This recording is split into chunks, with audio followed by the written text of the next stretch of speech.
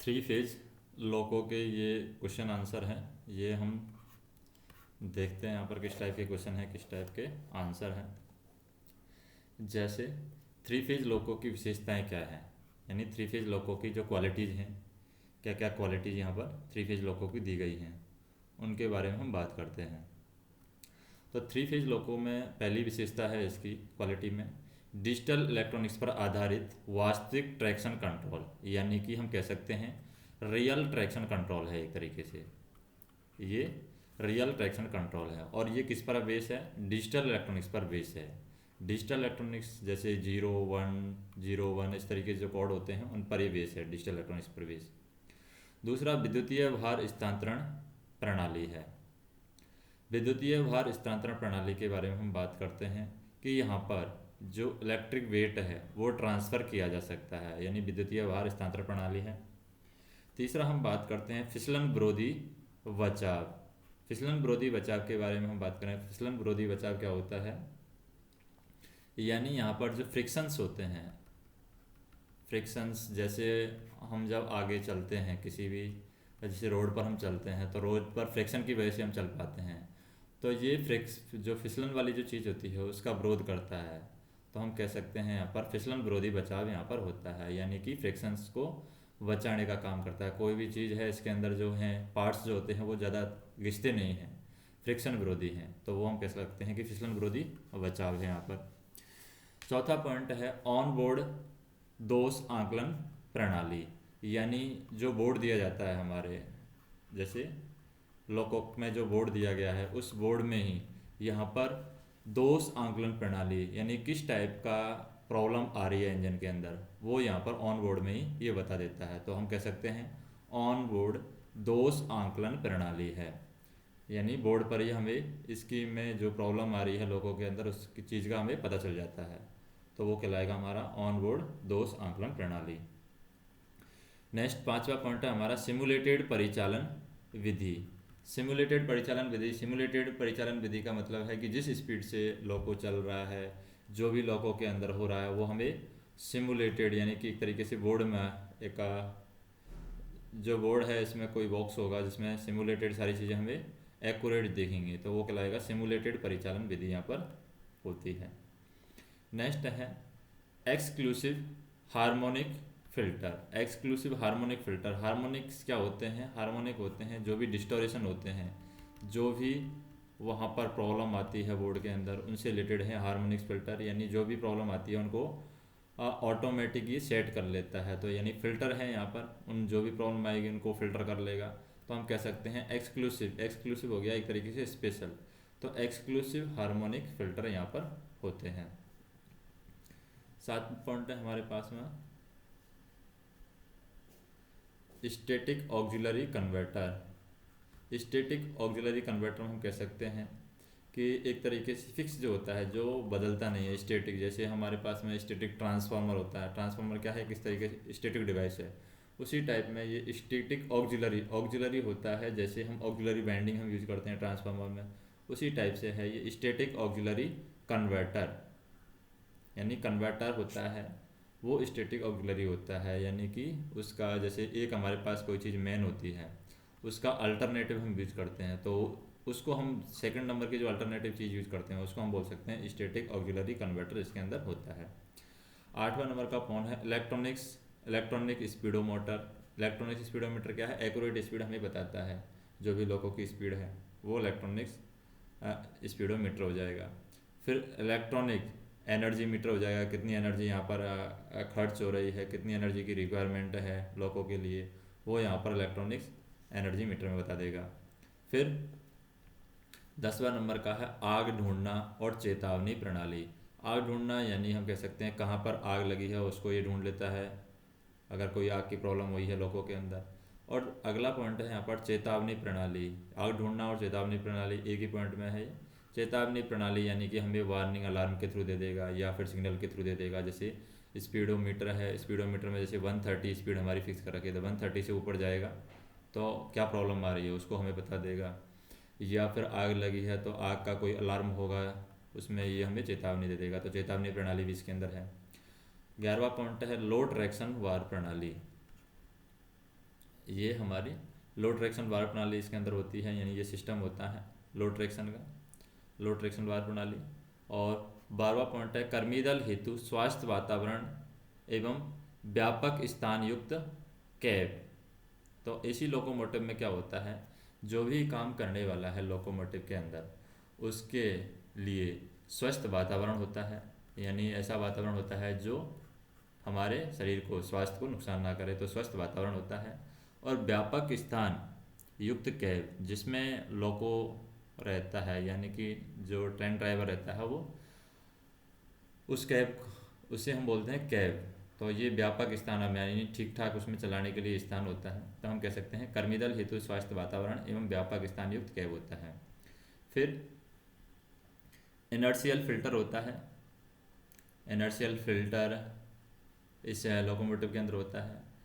और next point है आग ढूंढना व चेतावनी प्रणाली, ये रिपीट कर दिया है, एक ही पॉइंट है 10वां और 14 नंबर, तो ये हम क्रॉस कर सकते हैं, आग ढूंढना चेतावनी प्रणाली।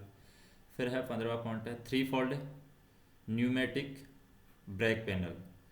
तो ये 3 फोल्ड न्यूमेटिक ब्रेक पैनल क्या होता है, इसमें हम कह सकते हैं कि 3 फोल्ड न्यूमेटिक ब्रेक मॉडल में न्यूमेरिकल टाइप में जैसे कि ब्रेक लगाते हैं, तो न्यूमेरिकल टाइप में जैसे स्पीड को कंट्रोल करने के लिए सिस्टम हो सकता है। जैसे 130 से अगर मान लीजिए हमें 70 पे लानी है, तो न्यूमेरिकल स्पीड लाना है, न्यूमेरिकल स्पीड हम सेट कर देंगे कि 130 से 70 लानी है, तो उसी टाइप का ब्रेक लगेगा ताकि ये न्यूमेटिक ब्रेक पैनल बन जाए हमारा। तो हम कह सकते हैं कि 3 फोल्ड न्यूमेटिक ब्रेक पैनल में कन्वर्ट हो जाएगा। तो 3 फोल्ड को हम कैसे याद रख सकते हैं, स्पीड से हम याद रख सकते हैं, जैसे 130 से हमें 110 में लाना है, तो 3 डिजिट में है, ये भी 3 डिजिट में है, तो यानी 20 हमें स्पीड को कम करना है। तो 20 स्पीड को कम करना है, तो इसको हम कह सकते हैं न्यूमेटिक ब्रेक, 20 स्पीड ही कम करनी है। और ये पैनल में हमें शो होगी कि 20 हमने कम की है, और ये 3 फोल्ड के अंदर है, 3 फोल्ड यानी 3 डिजिट के अंदर है, तो हम कह सकते हैं 3 फोल्ड न्यूमेटिक ब्रेक पैनल है।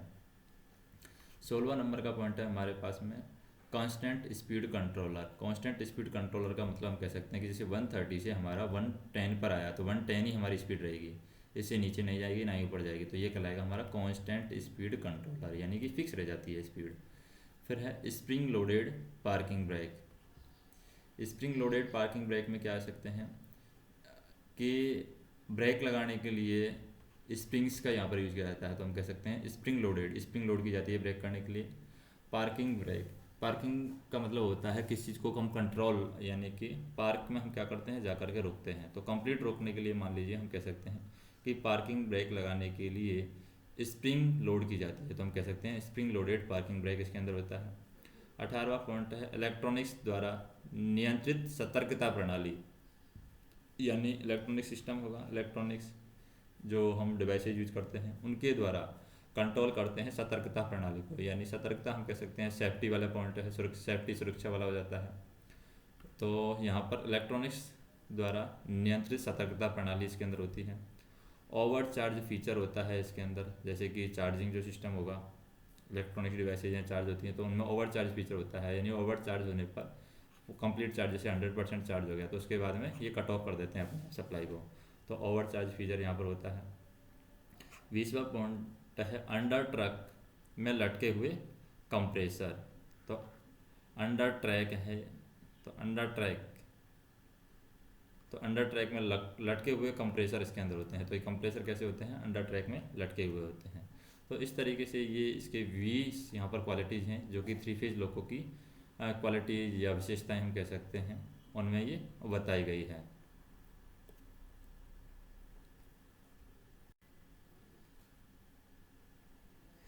अब सेकंड क्वेश्चन हम देखते हैं। सेकंड क्वेश्चन में क्या दिया गया है कि थ्री फेज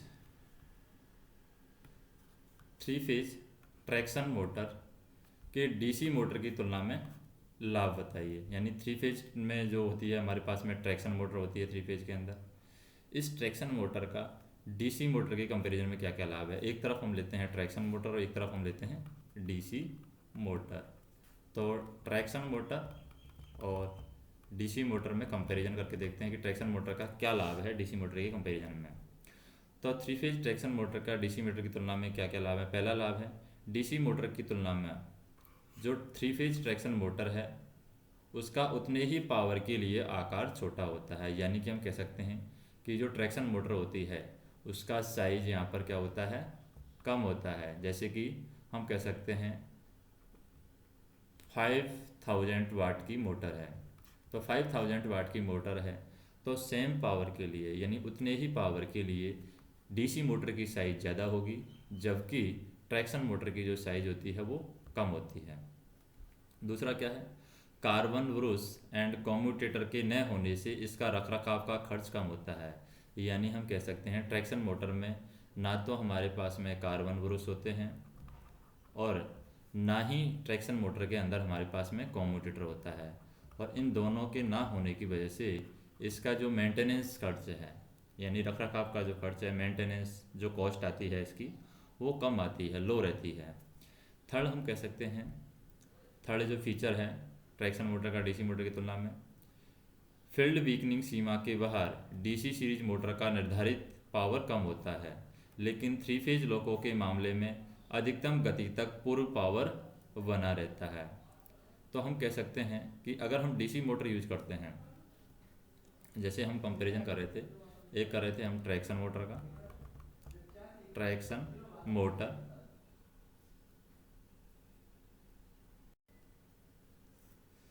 और एक हम कंपैरिजन कर रहे थे डीसी मोटर का।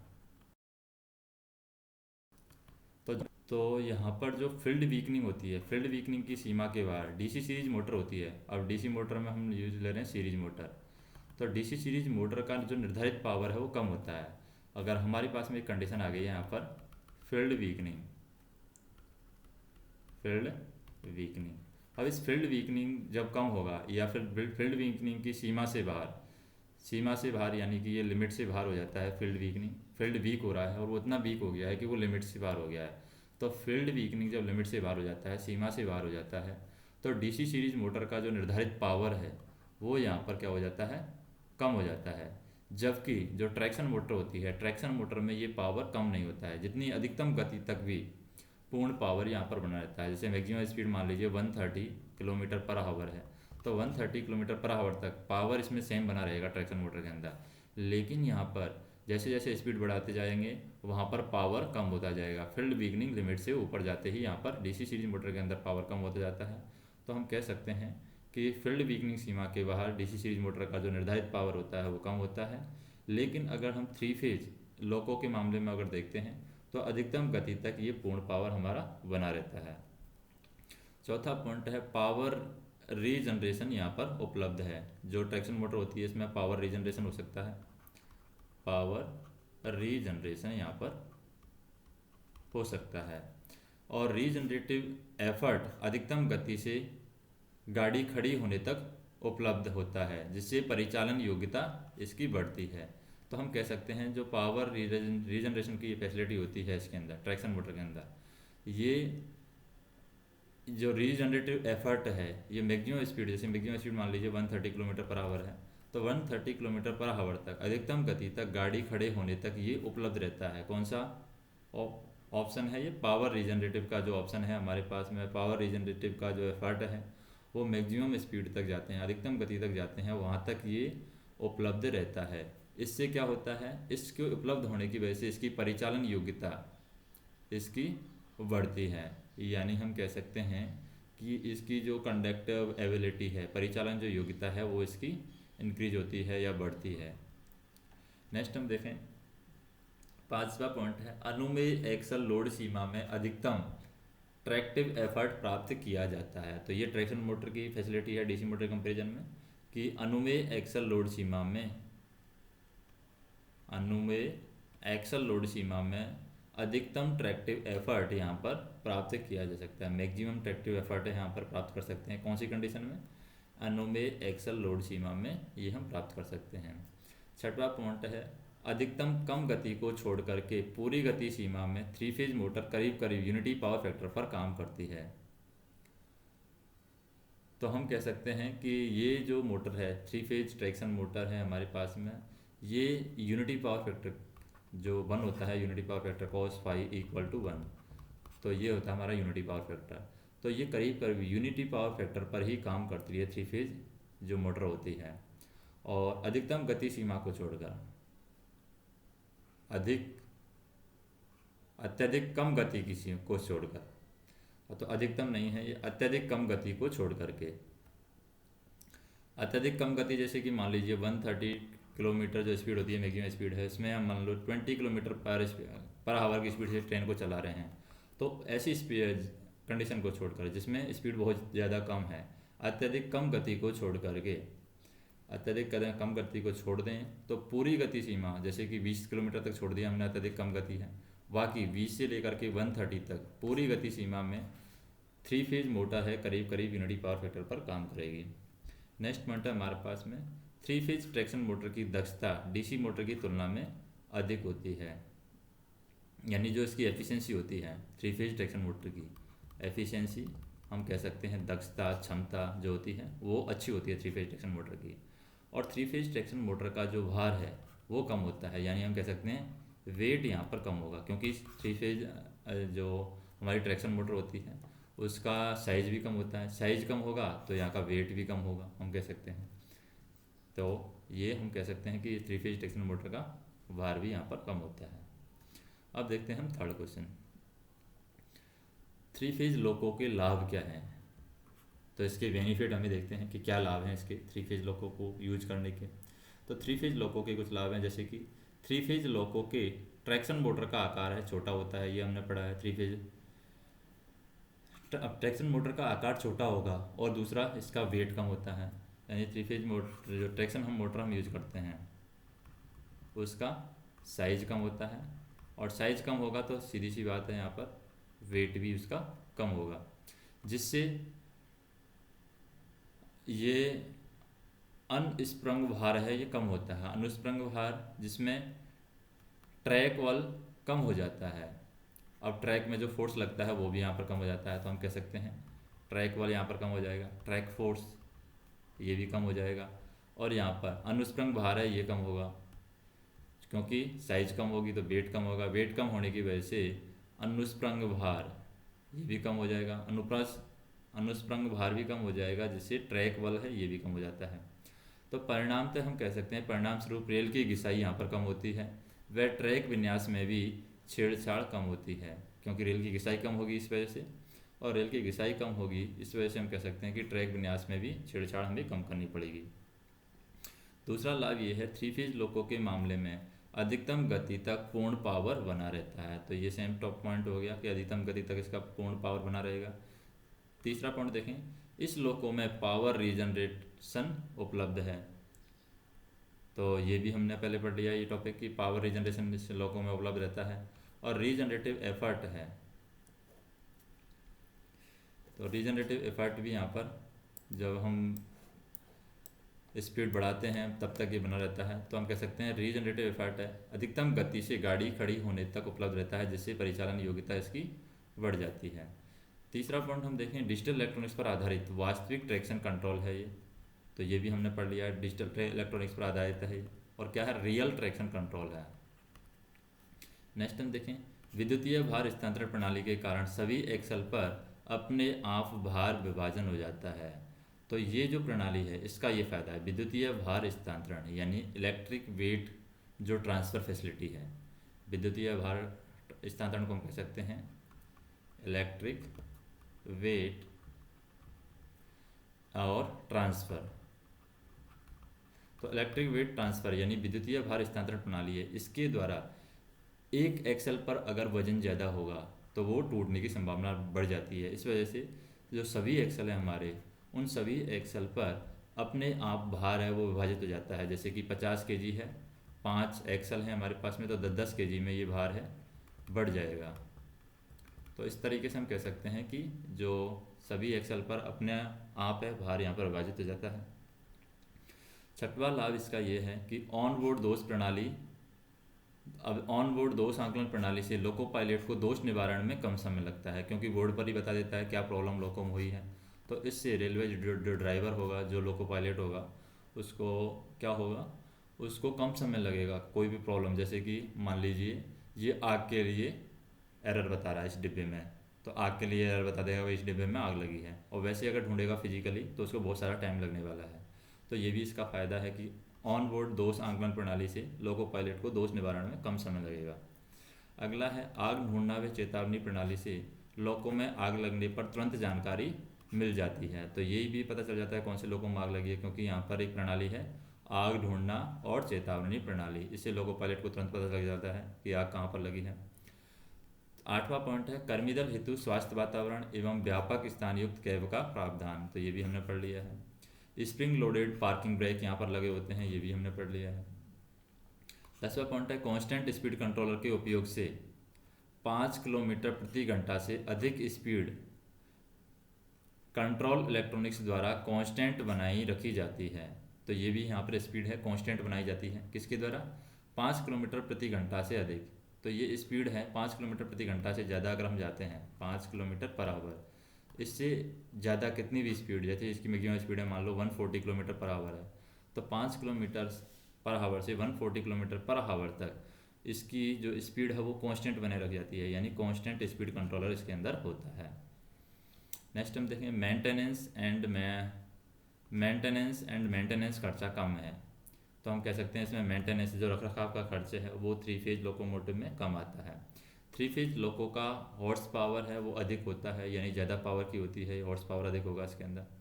3 फेज लोको का ट्रैक्टिव एफर्ट अधिक होता है, ट्रैक्टिव एफर्ट यहाँ पर इसका अधिक होगा, एफर्ट, यानी हम कह सकते हैं अगला पॉइंट है 3 फेज लोको में हॉडल लोड की सुविधा होती है। अब ये होटल लोड है, होटल लोड, ये हम देखेंगे कि होटल लोड क्या होता है। तो होटल लोड की फैसिलिटी इसके अंदर होती है 3 फेज लोकोमोटिव में। जैसे हम कह सकते हैं इस तरीके से याद रख सकते हैं कि होटल की तरह, जैसे 3 फेज लोकोमोटिव है, एक हम वैसन लोकोमोटिव देखते हैं तो इसमें फैसिलिटी अच्छी होती है, तो होटल की जैसी फीलिंग आती है, तो इसको हम कह सकते हैं होटल लोड की सुविधा यहाँ पर होती है।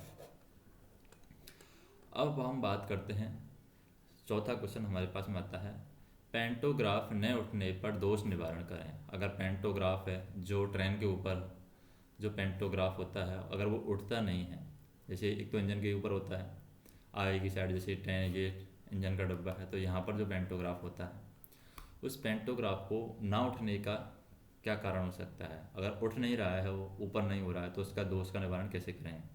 सबसे पहला हम काम करेंगे बैटरी वोल्टेज को चेक करेंगे, बैटरी का वोल्टेज आ रहा है कि नहीं आ रहा, जो उसको उठाने वाला है, तो उसके लिए सबसे पहले क्या जरूरत पड़ेगी, बैटरी की जरूरत पड़ेगी। तो बैटरी का वोल्टेज हम चेक करेंगे।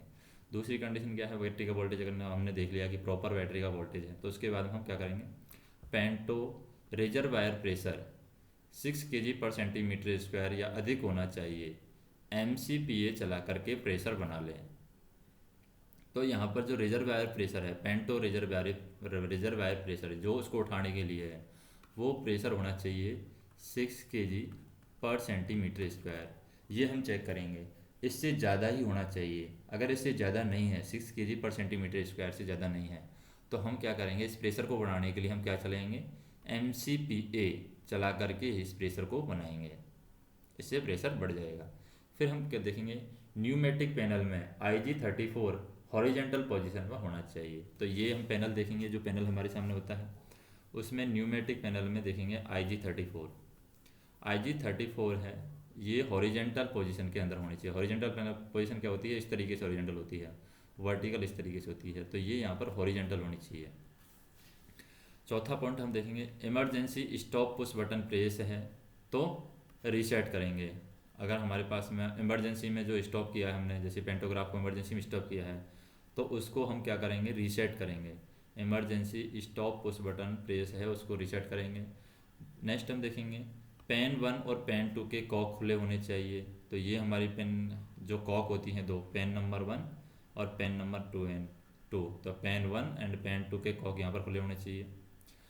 6वां नंबर का आता है हमारे पास में, न्यूमेटिक पैनल पर लगे पेन 1 और पेन 2 के प्रेशर स्विच को हम टैप करेंगे। तो यहाँ पर जो प्रेशर स्विच लगे हुए हैं पेन 1 और पेन 2 में, इन प्रेशर स्विच को हम यहाँ पर टैप करेंगे।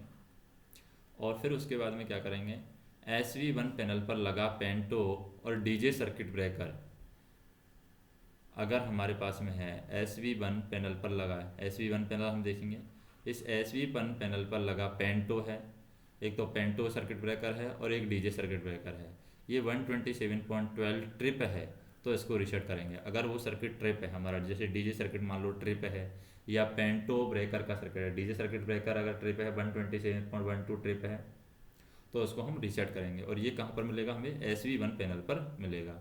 और 8वां पॉइंट है थ्रोटल वाल्व को हम टैप करेंगे।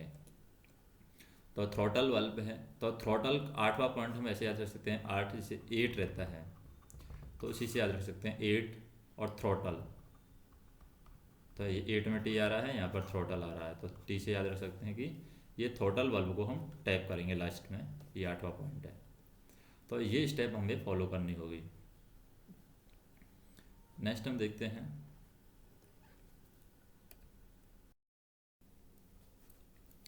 नेक्स्ट पॉइंट है हमारी 9th नंबर जो स्टेप है, उसमें हम देखेंगे पेंटो सेलेक्टर स्विच की पोजीशन बदल कर प्रयास करेंगे। यानी पेंटो सेलेक्टर जो स्विच है उसकी हम क्या करेंगे, पोजीशन बदलेंगे, और पोजीशन बदल करके हम चेक करेंगे। उसके बाद में पेंटो EP बल्ब 24 एंड 25 के कनेक्शन की जांच करेंगे, उनके कनेक्शन सही हैं या गलत हैं। तो पेंटो EP बल्ब के अंदर 24 और 25 कनेक्शन चेक करेंगे। फिर पेंटो कनेक्टर जो है 130.1 SV2 नंबर पैनल पर दिखेगा हमें। इसका मैनुअल कंट्रोल लें, यानी इसको मैनुअली हम कंट्रोल करेंगे। पेंटो कॉन्ट्रैक्टर, तो पेंटो कॉन्ट्रैक्टर है ये 130.1 पर मिलेगा हमें, SV2 पैनल पर मिलेगा। इसका मैनुअली कंट्रोल लेंगे और फिर CE ऑन ऑफ करके प्रयास करेंगे, या पिछली कैब से प्रयास कर सकते हैं। तो 2 कैब होती है हमारे पास में, आगे कैब होती है, पिछली कैब होती है। तो पिछली कैब से हम प्रयास कर सकते हैं और CE को ऑन ऑफ करके हम प्रयास करेंगे। तो ये 12 स्टेप हमें, अगर पेंटो हमारा उठ नहीं रहा है तो उसको हम ऑन करने के लिए कर सकते हैं। नेक्स्ट है हमारे पास में जैसे कि WAG9 और WAP7 लोको का ट्रैक्शन पावर सर्किट का डायग्राम निकालें और उससे लगे उपकरणों का नाम लिखिए। तो यहाँ पर WAG9 और WAP7 का ये सर्किट डायग्राम है। सर्किट डायग्राम में क्या करना है हमें, सर्किट डायग्राम में जो चीज़ें बताई गई हैं वो हम देखेंगे बाद में, क्योंकि यहाँ पर इसमें क्लियर दिख नहीं रहा है। और जो जो चीज़ें दिख रही हैं वो हम देख लेते हैं। जैसे कि ये हमारा क्या है, कॉन्टैक्ट वायर है, ऊपर ही ऊपर हमारा कॉन्टैक्ट वायर होगा। ये पेंटो होता है जो इंजन के अंदर है, यहाँ पर पेंटो है। पेंटो के बाद में ये हमारे पास में पोटेंशियल ट्रांसफार्मर हम लगा सकते हैं, शायद PT है ये पोटेंशियल ट्रांसफार्मर, PT। और फिर यहाँ पर डीजे सर्किट मतलब क्या है, ये यहाँ पर डीजे हो गया, ये डीजे है एक।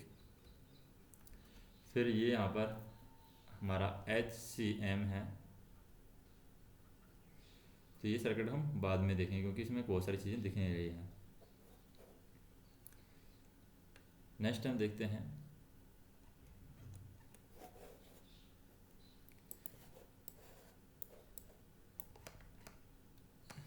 जैसे ये उपकरणों के नाम हैं। जैसे पहले नंबर पर जो क्या लगा हुआ है उस सर्किट के अकॉर्डिंग हम देखेंगे कि कौन सा सर्किट में कौन सा उपकरण लगा हुआ है। तो सर्किट बना करके हम बाद में देखेंगे इस क्वेश्चन को।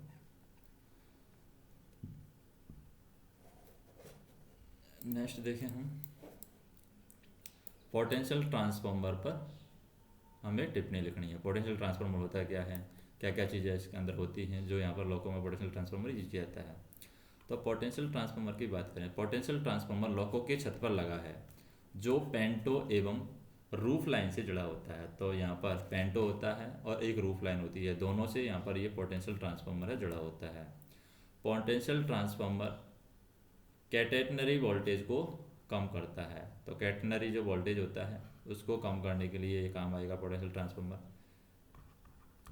कैटेनरी वोल्टेज इसको ये लो करता है, कम करता है।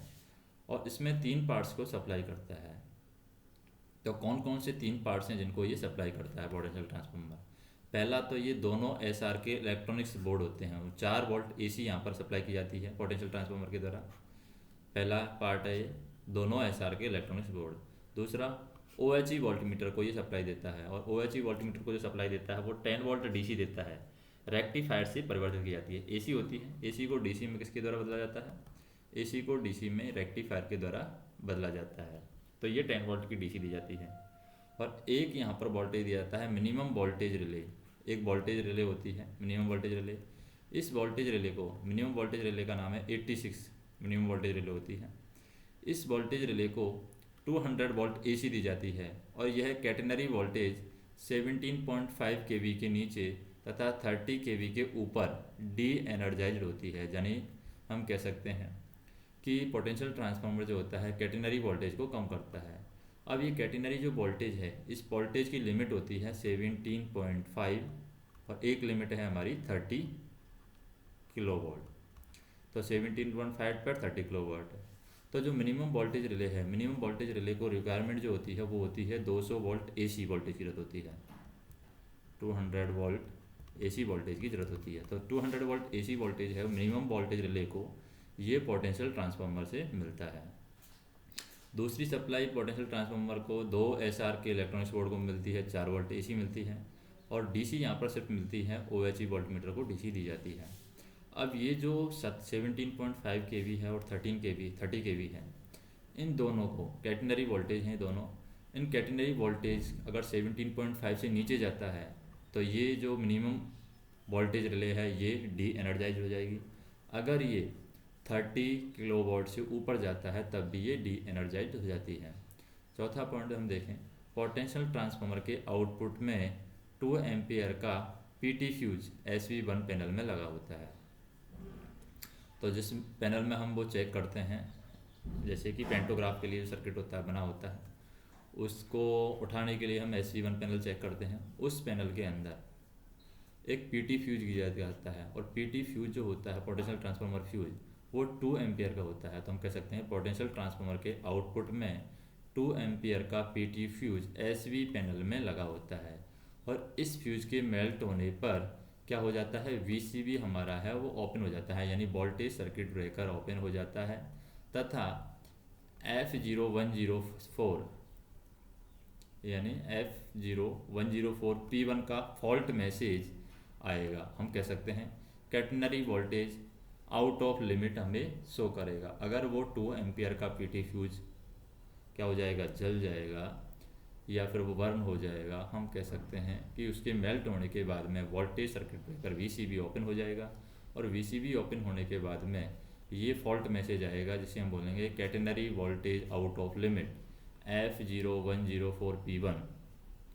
फिर हम बात क्या करते हैं, पांचवा जो में है यू मीटर की जांच करें। यदि OHE वोल्टेज सप्लाई है वो 0 दिखा रहा है तो पेंटो नीचे करके ऊपर करने पर चैटरिंग की आवाज़ आती है, यानी कि तब PT फ्यूज को बदलें और पेंटो रेज करें।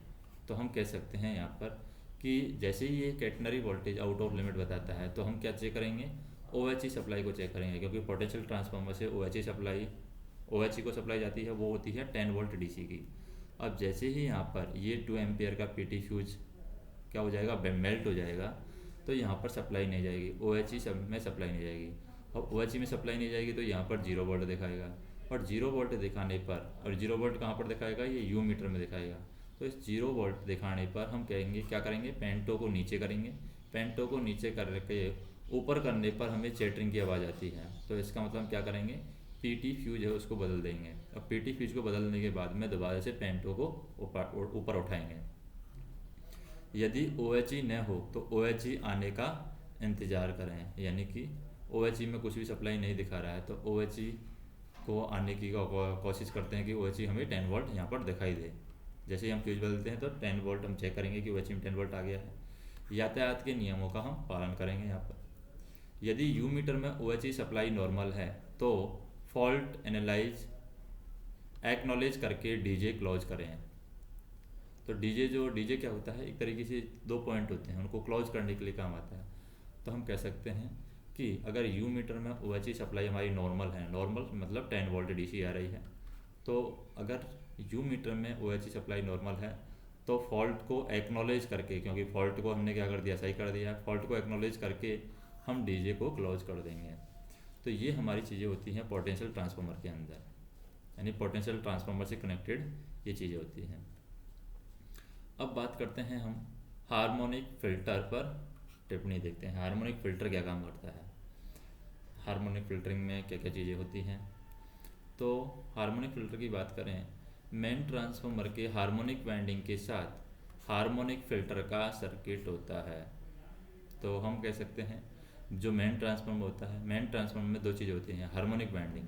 तो हार्मोनिक जो वाइंडिंग होती है उसी के साथ में होता है हमारा हार्मोनिक फ़िल्टर, और जिसमें रेजिस्टेंस और कैपेसिटेंस लगे होते हैं। तो ये जो हार्मोनिक फ़िल्टर हैं इसमें हम रेजिस्टेंस भी यूज करते हैं और कैपेसिटेंस भी यूज करते हैं। तो रेजिस्टेंस और कैपेसिटेंस यहाँ पर लगे होते हैं, और ये मेन ट्रांसफार्मर के हार्मोनिक वाइंडिंग के साथ में हार्मोनिक फ़िल्टर का सर्किट भी होता है। दूसरा हम देखें हार्मोनिक फ़िल्टर के बारे में, यह हार्मोनिक फ़िल्टर है उच्च तीव्रता वाली तरंग को कम या दबा देता है। तो हम कह सकते हैं जो हाई फ्रीक्वेंसी की जो वेव होती हैं, हार्मोनिक फ़िल्टर क्या करता है, उच्च तीव्रता वाली तरंग को, यानी कि हाई फ्रीक्वेंसी उच्च तीव्रता वाली तरंग हैं उनको कम कर देता है या दबा देता है, जिससे संकेत प्रणाली में गड़बड़ी को रोका जाता है। यानी कि सिग्नल की जो प्रॉब्लम आती है वो यहाँ पर नहीं होती है हार्मोनिक फ़िल्टर की वजह से। तो हार्मोनिक फ़िल्टर उच्च तीव्रता वाली तरंग को कम करके दबा देगा, जिससे संकेत प्रणाली में गड़बड़ को रोका जा सकता है। नेक्स्ट है हमारा हार्मोनिक फ़िल्टर की रेजिस्टेंस लोकों की छत पर तथा इसके कॉन्ट्रैक्टर, जो कॉन्ट्रैक्टर्स हैं, कॉन्ट्रैक्टर्स एवं कैपेसिटर मशीन रूम 2 में एफवी बॉक्स के अंदर होते हैं। तो यहाँ पर जैसे रेजिस्टेंस और कैपेसिटेंस का बना होता है ये हार्मोनिक फ़िल्टर, तो हार्मोनिक फ़िल्टर के जो रेजिस्टेंस है ये लोकों की छत पर होते हैं रेजिस्टेंस, तो वहाँ पर इनको चेक करेंगे अगर इनमें कुछ प्रॉब्लम है तो। और बाकी जो यहाँ पर इसके जो कॉन्ट्रैक्टर्स हैं, कॉन्ट्रैक्टर्स एवं कैपेसिटर्स हैं, तो कॉन्ट्रैक्टर्स एवं कैपेसिटर हैं ये मशीन रूम 2 में, और मशीन रूम 2 में एफवी बॉक्स के अंदर ये होंगे। हार्मोनिक फ़िल्टर के जो भी कॉन्ट्रैक्टर और कैपेसिटर हैं वो मशीन रूम 2 में एफवी बॉक्स के अंदर होते हैं। नेक्स्ट हम देखते हैं इसके 3 कॉन्ट्रैक्टर होते हैं। अब कॉन्ट्रैक्टर हम 3 कॉन्ट्रैक्टर जो मशीन रूम में एफवी बॉक्स के अंदर होते हैं वो 3 कॉन्ट्रैक्टर यहाँ पर होते हैं। तो पहली बात तो हम कह सकते हैं कॉन्ट्रैक्टर एफवी बॉक्स में होंगे, और कहाँ पर होंगे, मशीन रूम 2 में होंगे, रूम 2 में। अब ये 3 कॉन्ट्रैक्टर कौन कौन से होते हैं, पहला तो होता है 8.1, ये होता है filter on off contractor 8.1 filter on off contractor. दूसरा होता है 8.2 फिल्टर एडेप्शन कॉन्ट्रैक्टर, और तीसरा होता है 8.41 रजिस्टर डिस्चार्ज कॉन्ट्रैक्टर, ये होता है third point 8.41 register discharge contractor. पांचवा पॉइंट हम देखते हैं थ्रोटल को जीरो से मूव करने पर हार्मोनिक्स फिल्टर सर्विस में आता है। तो जो थ्रोटल होता है, थ्रोटल को हम क्या करते हैं, जीरो से मूव करेंगे। जैसे ही थ्रोटल को जीरो से मूव करेंगे तो हार्मोनिक्स फिल्टर है वो काम करना स्टार्ट कर देगा, यानी सर्विस में आ जाएगा। और इसके कॉन्ट्रैक्टर 8.1 और 8.2 यहाँ पर क्लोज आते हैं। तो दो कॉन्ट्रैक्टर होते हैं, एक तो होता है फिल्टर ऑन ऑफ कॉन्ट्रैक्टर और एक होता है फिल्टर एडेप्शन। एडेप्शन आ गया 2, 8.2 वाला एडेप्शन हो गया, और ऑन ऑफ होता है फिल्टर ऑन ऑफ 8.1, ये दोनों क्लोज होते हैं। और वीसीबी ओपन होने पर यह कॉन्ट्रैक्टर तुरंत ओपन हो जाता है। जैसे हमारा मान लो वीसीबी पहले से अगर ओपन है, वीसीबी जैसे वोल्टेज सर्किट ब्रेकर जैसे ही ओपन होगा तो उसके ओपन होने पर यह जो कॉन्ट्रैक्टर है वो तुरंत क्या हो जाएंगे, ओपन हो जाएंगे। जैसे अभी तो हमने क्लोज किए हैं, हार्मोनिक सर्विस में आया, अगर वीसीबी ओपन है तो ये तुरंत ही यहाँ पर ओपन हो जाते हैं। थ्रोटल जीरो पर लाने पर 5 मिनट बाद यह कॉन्ट्रैक्टर ओपन होते हैं। जैसे ही हम थ्रोटल को जीरो पर लाते हैं, जैसे पहले थ्रोटल को मूव किया जीरो से, तो ये हार्मोनिक फिल्टर है सर्विस में आ गए। लेकिन जैसे ही थ्रोटल को जीरो पर लाएंगे और जीरो पर लाने के बाद 5 मिनट बाद है ये कॉन्ट्रैक्टर ओपन हो जाते हैं तथा कॉन्ट्रैक्टर 8.41 क्लोज होता है। उसके बाद में जो कॉन्ट्रैक्टर होता है वो होता है रजिस्टर डिस्चार्ज कॉन्ट्रैक्टर, ये है 8.41 रजिस्टर डिस्चार्ज कॉन्ट्रैक्टर, ये क्लोज होगा। और हार्मोनिक्स फिल्टर करंट निर्धारित मात्रा से ज़्यादा होने पर वीसीबी ट्रिप होगा। अगर हार्मोनिक्स फिल्टर के जो करंट है वो अगर लिमिट से ज़्यादा है, निर्धारित मात्रा से अगर ज़्यादा है, तो निर्धारित मात्रा से ज़्यादा होने पर वीसीबी यहाँ पर ट्रिप होगा, यानी वोल्टेज सर्किट ब्रेकर यहाँ पर ट्रिप हो जाएगा। और कॉन्ट्रैक्टर 8.1 ऑन स्थिति में स्टक अप होने पर प्रोटेक्टिव शटडाउन होगा।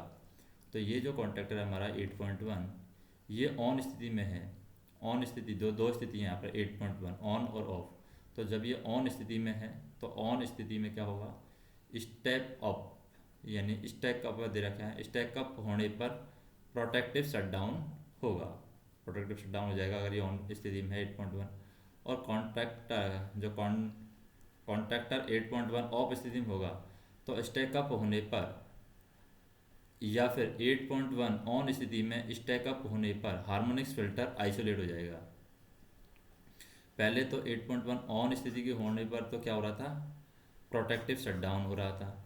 अगर ये ऑफ स्थिति में है, या फिर हम कह सकते हैं 8.41 ऑन स्थिति में है, ऑन स्थिति में स्टैकअप होने पर हार्मोनिक्स फिल्टर यहाँ पर आइसोलेट हो जाता है। और कॉन्ट्रैक्टर 8.2 ऑफ स्थिति में होने पर, स्टैकअप होने पर सिंगल बॉगी ऑपरेशनल संभव नहीं होगा। तो सिंगल बॉगी ऑपरेशन है यहाँ पर संभव नहीं होगा अगर ये 8.2 है, ऑन स्थिति में स्टैकअप हो रहा है। तो हम कह सकते हैं यहाँ पर कि हार्मोनिक्स फिल्टर आइसोलेट होने पर SV1 पैनल पर लगा MCV, जैसे हमारा जो हार्मोनिक्स फिल्टर है, हार्मोनिक्स फिल्टर आइसोलेट होगा, हार्मोनिक्स फिल्टर आइसोलेट होने पर SV1 पैनल में लगा MCV 127.2 और को हम चेक करेंगे, हार्मोनिक्स फिल्टर जैसे आइसोलेट होगा। और MCV ऑन होने पर 40 किलोमीटर पर आवर गति से कार्य करे, या स्विच 154 द्वारा SR1 को हम आइसोलेट करके सामान्य गति से हाफ TE और VE से कार्य हम करेंगे। अब हम देखें नेक्स्ट, ट्रैक्शन कन्वर्टर पर टिप्पणी लिखेंगे। ट्रैक्शन कन्वर्टर होता क्या है, ट्रैक्शन कन्वर्टर क्या चीज़ है? तो ट्रैक्शन कन्वर्टर क्या है, 3 फेज लोको में कुल 2 ट्रैक्शन कन्वर्टर होते हैं, SR1 और SR2। ये हैं हमारे 2 ट्रैक्शन कन्वर्टर हैं जो 3 फेज लोको में होते हैं। प्रत्येक ट्रैक्शन कन्वर्टर के इनपुट में 2 वाइंडिंग होती हैं, जिससे प्रत्येक की जो वोल्टेज सप्लाई होती है वो होती है single phase 1269 volt AC supply. तो यहाँ पर जो वोल्टेज सप्लाई की ज़रूरत होती है कन्वर्टर को, वो होती है 1269 वोल्ट AC, और वो भी सिंगल फेज। ये एक कन्वर्टर को सप्लाई की जरूरत होती है, यानी प्रत्येक को सप्लाई प्राप्त होती है। तो प्रत्येक ट्रैक्शन कन्वर्टर के अंदर इनपुट में 2 वाइंडिंग होती हैं, दोनों वाइंडिंग को कि ये सप्लाई होती है 120 यानी 1269 volt AC supply. Traction converter 25 kilowatt single phase AC supply को 3 फेज AC में परिवर्तनीय वोल्टेज अधिकतम 2180 वोल्ट और फ्रीक्वेंसी 65 से 132 हर्ट्ज में ये कन्वर्ट करता है। तो ट्रैक्शन कन्वर्टर क्या करता है, जो सिंगल फेज AC सप्लाई होती है हमारे पास, सिंगल फेज AC सप्लाई होती है सिर्फ 25 किलो वोल्ट की सिंगल फेज AC सप्लाई होती है, सिंगल फेज AC सप्लाई। तो इस सिंगल फेज AC सप्लाई को ये 3 फेज AC वेरिएबल वोल्टेज में ये कन्वर्ट कर देता है। अधिकतम ये मैक्सिमम कितने वोल्टेज में ले जाएगा, 25 किलो वोल्ट को ये 2180 वोल्ट में ले जाएगा, 2180 वोल्ट में। और फ्रीक्वेंसी होगी जिसकी 5 हर्ट्ज से लेकर के 132 हर्ट्ज तक इसकी फ्रीक्वेंसी में बदल देगा। ट्रैक्शन मोटर के एक ग्रुप को ये देता है। तो ट्रैक्शन मोटर के 2 ग्रुप होते हैं वाइंडिंग में, उनमें एक ग्रुप को ये दे देगा। अब हम बात करें WAP7 और WAG9 में। ट्रैक्शन कन्वर्टर क्रम संख्या 1 ट्रैक्शन मोटर 1, 2, 3 के लिए।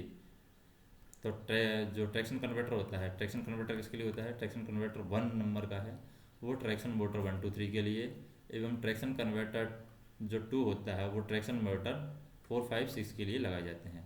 तो टोटल यहाँ पर ट्रैक्शन मोटर होती हैं जैसे कि 1, 2, 3, इसमें ट्रैक्शन कन्वर्टर 1 लगाते हैं, 4, 5, 6 ये ट्रैक्शन मोटर हैं, इसमें ट्रैक्शन कन्वर्टर है वो 2 लगाया जाता है।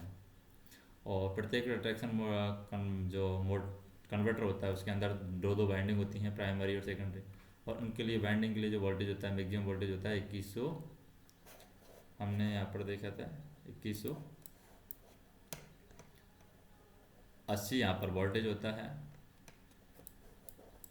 2180 वोल्टेज होता है मैक्सिमम।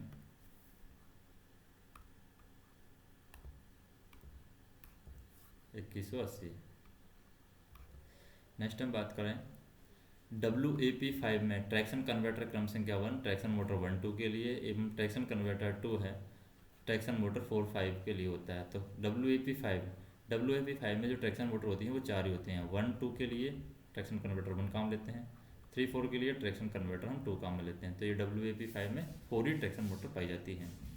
ट्रैक्शन कन्वर्टर के मुख्य 3 भाग होते हैं। तो ट्रैक्शन कन्वर्टर में 3 भाग कौन कौन से होते हैं?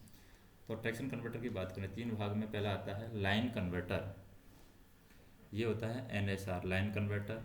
एक ट्रैक्शन कन्वर्टर में होता है DC लिंक, और एक ट्रैक्शन कन्वर्टर में होता है ड्राइव कन्वर्टर। तो ये 3 भाग हैं ट्रैक्शन कन्वर्टर के होते हैं, लाइन कन्वर्टर, DC लिंक और ड्राइव कन्वर्टर। तो सबसे पहले देखते हैं हम लाइन कन्वर्टर में क्या होता है। ट्रैक्शन कन्वर्टर का जो लाइन कन्वर्टर है, लाइन कन्वर्टर ट्रांसफार्मर से प्राप्त AC सप्लाई को ट्रैक्शन के समय DC में बदल करके इस DC सप्लाई को DC लिंक को भेजता है। तो ये यहाँ पर क्या काम करेगा, जो लाइन कन्वर्टर है NSR लाइन कन्वर्टर क्या करेगा, सबसे पहले ये AC सप्लाई को लेगा। AC सप्लाई को लेने के बाद में ये AC सप्लाई इसको कहाँ से मिलेगी, ये AC सप्लाई इसको मिलेगी ट्रांसफार्मर से। ट्रांसफार्मर से AC सप्लाई आएगी, AC सप्लाई को ये लाइन कन्वर्टर लेगा और इसको ट्रैक्शन के समय ये DC में बदल देगा। ट्रैक्शन के समय इसको DC में बदल देगा, और DC में बदलने के बाद में इस DC सप्लाई है, इस DC सप्लाई को ये देगा DC लिंक को। और रीजनरेटिव ब्रेकिंग के समय, अब रीजनरेटिव ब्रेकिंग ये तो होगी हमारी ट्रैक्शन की कंडीशन। अब ट्रैक्शन के अलावा हम दूसरी कंडीशन देते हैं, वो है रीजनरेटिव ब्रेकिंग। रीजनरेटिव ब्रेकिंग की कंडीशन में क्या करेगा, अब जैसे रीजनरेटिव ब्रेकिंग होगी तो रीजनरेटिव ब्रेकिंग के समय DC लिंक से सप्लाई लेगा, यानी यहाँ से सप्लाई लेगा DC लिंक से। DC लिंक से प्राप्त DC सप्लाई को AC में बदल करके, अब DC सप्लाई को ये रीजनरेटिव ब्रेकिंग कंडीशन में ये क्या करेगा, AC सप्लाई में बदलेगा, और AC सप्लाई में बदल करके ये मेन ट्रांसफार्मर को दे देगा। यहाँ पर मेन ट्रांसफार्मर को देता है। ये दोनों कार्य ट्रैक्शन कन्वर्टर कंट्रोल इलेक्ट्रॉनिक्स द्वारा किए जाते हैं। तो यहाँ पर होता है ट्रैक्शन को कंट्रोल करने के लिए ट्रैक्शन कन्वर्टर कंट्रोल इलेक्ट्रॉनिक्स। अब बात करते हैं DC लिंक की। DC लिंक के 2 कार्य हैं।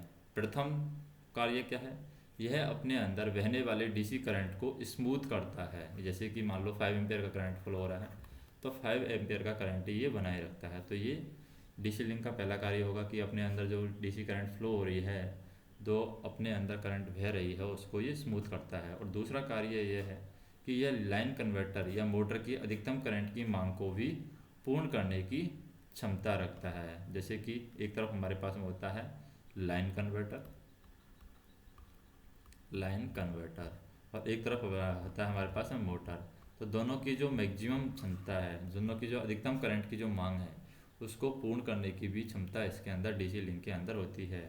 यह ड्राइव कन्वर्टर और लाइन कन्वर्टर के बीच इलेक्ट्रिकल बफर का काम करता है। तो किसके बीच में कनेक्ट होता है DC लिंक, एक तरफ तो होता है हमारे पास में लाइन कन्वर्टर और दूसरा होता है हमारे पास में ड्राइव कन्वर्टर।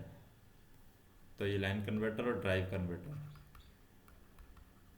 कन्वर्टर इन दोनों के बीच में होता है DC लिंक, और यहाँ पर ही दोनों के बीच में ही DC लिंक हमारा इलेक्ट्रिक बफर की तरह काम करेगा, इलेक्ट्रिक